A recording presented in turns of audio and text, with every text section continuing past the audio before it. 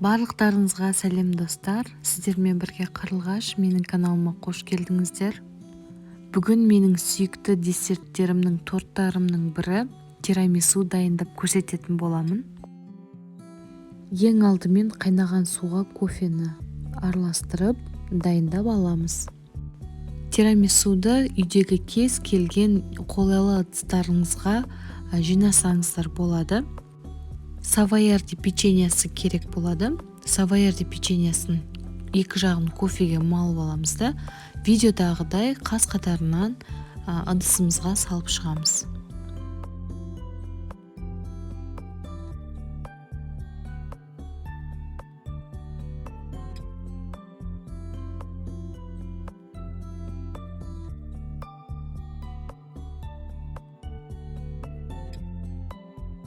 Енді бөлек ыдысқа 200 грамм творожный сыр, 500 грамм клегей 33%, яғни сливки.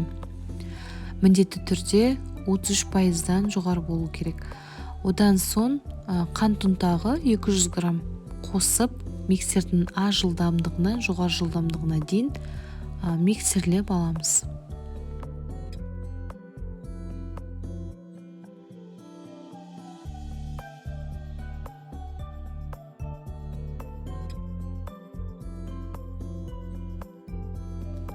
Крем дайын болды. Енді кондитерлік қапшыққа салып, печеньенің үстінен осылай видеодағыдай жағып шығамыз.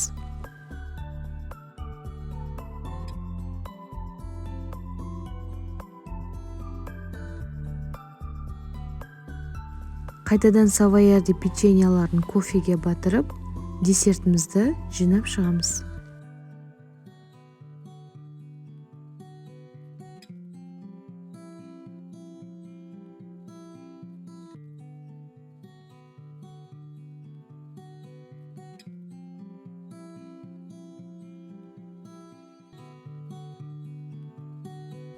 Енді бетін какаомен әсемдейміз, және де әртүрлі жеміс-жидектермен әдемілеп қойып шықсаңыздар болады.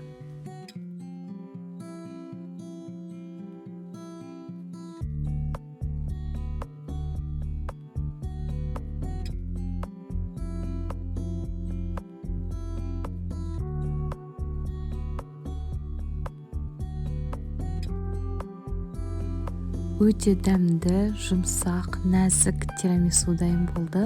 Міндетті түрде жасап көріңіздер. Сіздерге ұнайтынына мен толықтай сенімдімін.